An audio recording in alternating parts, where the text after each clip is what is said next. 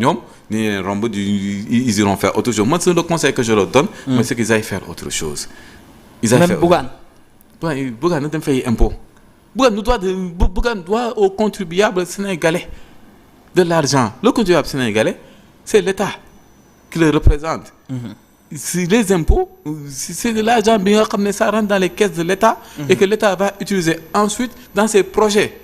Bougane xaalis l'argent que nous doit peut-être sax que fay na te yëguñu ko. L'argent qu'il nous doit ou qu'il nous devait. Le xaalis boobu ça peut permettre on peut construire des écoles avec. On peut construire des hôpitaux avec. On peut acheter des ambulances. On peut faire des forages. On peut faire beaucoup de choses. moom su bëggee Sénégal dañuy fay ses impôts ak ñi amee impôts yëpp dañuy fay impôts yi qui soit à jour. quand Sénégal mën a nekk dëkk bu neex. parce que gis nga le fait que tu fasses de la rétention d'un impôt mais en cascade tu crées un effet boule de neige. c'est-à-dire que yow impôt nga bañ a fay mais derrière y a une femme bi nga xam ne nii ci xaalis boobu war nañu si dina ambulance. y a pas d'ambulance. elle est en état de grossesse avancée. ambulance bi mënu ko ñëw jël si ñu teg ko ci charrette. mu dem ba ci yoon bi ñu waroon tabax foofu benn hôpital y a pas d'hôpital parce que tu n'as pas payé tes impôts. mu mujjee war a mun a dawaat encore ci benn poste de santé wala benn dispensaire mu am complication le dispensaire ne peut pas le prendre ñu jéem a ut benn 404 mbaar dugal ko ci. balaa muy egg ci yoon bi elle a une hémorragie elle décède. Ok l'enfant décède. Alors et tout ça là. c'est parce que au départ il y a quelqu'un qui a refusé de payer ses impôts. ok alors ñu dem ci beneen point bi mu jëm ci li nga xam ne moo di transhumance bi parce que gisoon nañ ci période élection yi bëri woon na quelques yoo xam si ni jóge nañ fi nga xam ne peut-être ci yeneen i parti dem rejoindre Pastef te itam déggoon nañu kaddu yi nga xam ne si. non soutenir soutenir mais luñ ko mën a jàppee du transhumé. non man parce que nag dañu gis ku si mel ni Mame Boye Diao fan la nekkoon parti au pouvoir àndoon na ak Macky Sall. ki nga xam ne moo di Doura Baldé fan la nekkoon moom it mu ngi nekkoon parti au pouvoir parce que moo nekkoon DG LONASE ak ñeneen ñoo xam si ni gis nañu leen ci élection législative yi ñu ànd ak Pastef alors te itam gisoon nañu ki nga xam ne moo di premier ministre waaye itam nekk président parti Pastef di Ousmane Sonko waxoon nañu jëm ci wàllum transhumance yi alors loolu am na ñoo xam si ni dañu jàpp ni c'était juste benn stratégie boo xam si ni dañ ko tegoon pour soutenir leen mën a am majorité à l'Assemblée nationale. Non, ils n'ont pas besoin de stratégie. Ousmane Sonko et le Pastef ak ses alliés qui étaient là depuis le départ bu muy metti. façon naaru góor lañ. non la preuve Mame Boye Diao moo ngi signalé depuis kañ. depuis kañ. yàgg na de Mame Boye Diao si moo ngi si ba yàgg na signalé kenn faale wu ko.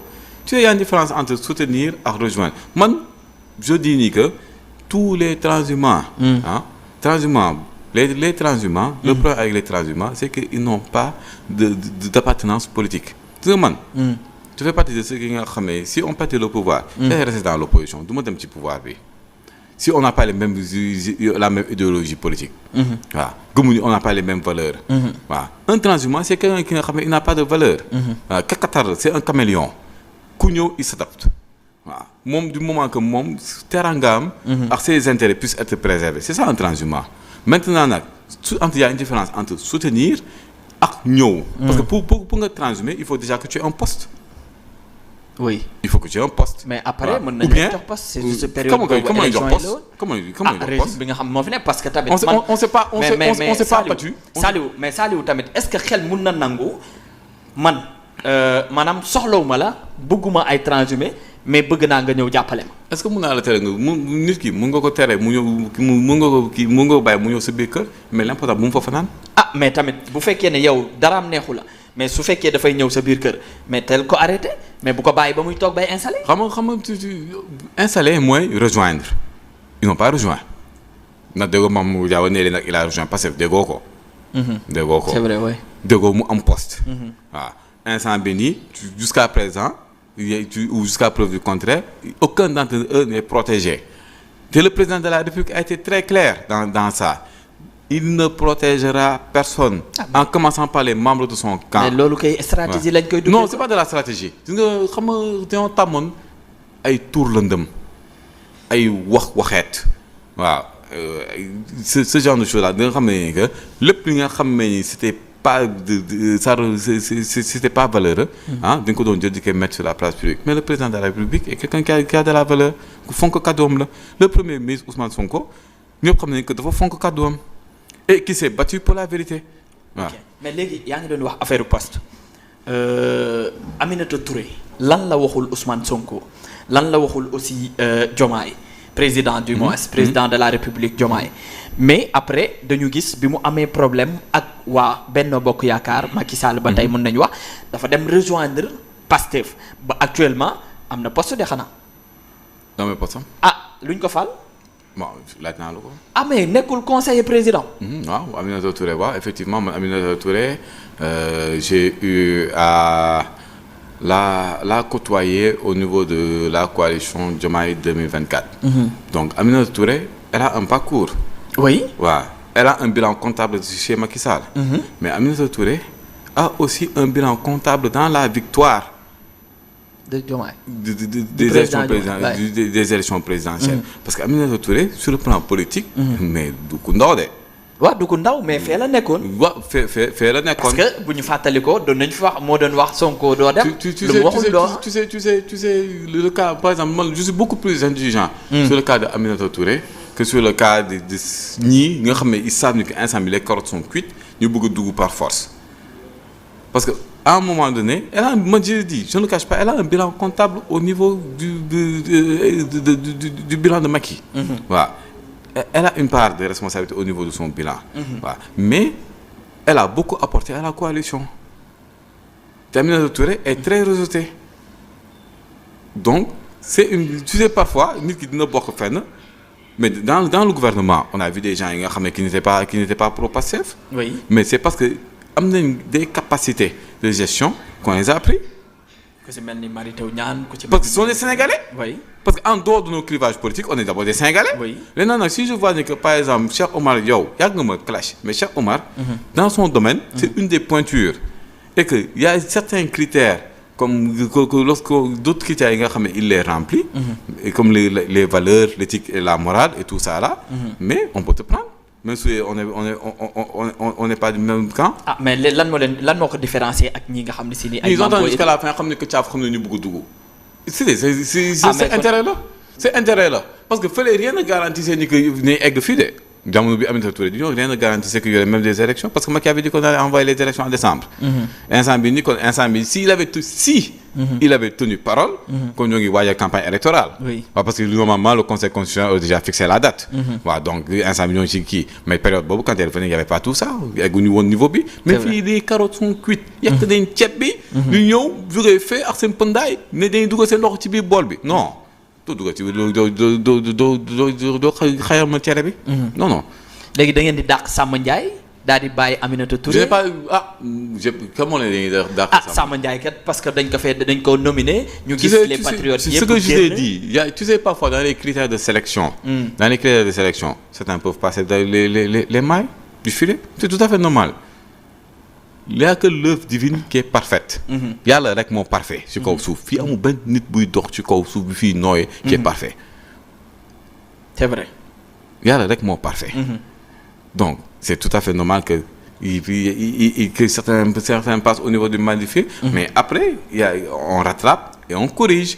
Man nag je ne parle de personne. Je donne juste un exemple. Waaw. Parce que dans un système c'est tout à fait normal que comme le professeur le disait il y a sur 500 personnes qu'il y ait 2 ou 3 personnes qui nga xam ne qui ne correspondent pas trop aux critères qui passent mais léegi est-ce que les mécanismes de protection et de contrôle et de suivi s'ils sont assez forts est-ce que ces personnes-là ne vont pas faire le travail correctement? C'est ça, on peut tamit se poser la question là. Oui, c'est tout. Donc il y a un moment donné il faut tamit faire confiance aux personnes à qui on a voté. Et laisser dérouler leur plan et leur programme tout en s'assurant que le contrôle nécessaire qu'ils doivent mener sur ces personnes-là soit fait. Si c'est fait il y a pas de problème. Ok alors actuellement li nga xam ne si ni moom la ñuy gën a waxtaanee bokk na ci après élection yi maanaam am nañu majorité et tout voilà DPG jaar na fii boobu ba léegi ba ñu mujjee tas assemblée bi et tout. Alors ñii ñu ngi wax que ni Ousmane Sonko maanaam premier ministre dafa war a dem nekk président de l'Assemblée nationale wala rester toujours primature mu doon loo xam ne si ni voilà actuellement ñu bëri ñu ngi ciy wax ndax gis nañu ku ci mel ni Alioune Tine moom it mu ngi wax ku ci mel ni Birahim Seck Forum Civil mu ngi wax ak ñeneen alors yow lan nga jàpp ndax da nga jàpp ni Ousmane Sonko dafa war a rester toujours premier ministre wala dafa war a dem fi nga xam moo di Assemblée nationale pour avantage du Sénégal. Bon Tu sais, quand tu me parles du forum civil et tout ça là. Ah mais c'est société civile bi lañu bokk. Bon, waaw, la société civile tamit, il faut voir pourquoi ils parlent. Je pense qu'on avait fait une émission sur ça. Si. Waaw, donc c'est pas la peine monsieur ñëwaat. Donc léegi nag Ousmane Sonko dérange. Comment? Ousmane Sonko dérange beaucoup de personnes. Ousmane Sonko en temps normal sax su defulee dara sax naan waaw day nëbbatu dafa am leen lu muy waajal il est en train de manigancer la moo tax waxul su waxee ne waaw mu ngi nii il parle trop il fait de l'homme au président de la République de xëccoo lu mu munti def on le critique. Ousmane Sonko dérange à son poste il dérange maintenant nag Ousmane Sonko comme mu fi jaay le projet au Sénégal. moom te Ousmane Sonko. le projet ñan ñoo ko war a mun a ñan ñoo koy mettre en place. ah mais c'est le gouvernement. oui. Ce n'est pas l'Assemblée nationale. Maintenant si il veut que le projet ki nga xam ne moo ko jaay Sénégal moo ko copté ak le président de la République ak les autres membres de PASTEF ak les alliés. suñ ko bëggee mettre en place mais la logique veut que ni qu'il reste au niveau de la primature et qu'il n'aille pas au niveau de l'Assemblée nationale. Maintenant nag c'est parce qu'ils savent que en étant au niveau de la primature il fait de l'ombre à ce qui voudrait exister. ok loolu moo tax nag ñu bëgg ko jël ñu bëgg ko à l'Assemblée nationale mais la place de Ousmane Sonko est au niveau de la primature na toog primature ñoom suñu bëgg a exister pour qu'il ay travaille sur le terrain qui fasse le travail qu'il faut et qui propose aux Sénégalais quelque chose moo gën ñu nekk fii di dàggasante wala di inventer des choses. ah non mais dàggasante seen xalaat la ñu wax parce que dañu jàpp ni Ousmane Sonko dem Assemblée nationale. tamit waruñu jàpp dara c'est pas à eux de décider. Ousmane Sonko fu mu war a non Saliou nag ñoom ay Sénégalais lañu te tamit am nañu droit wax.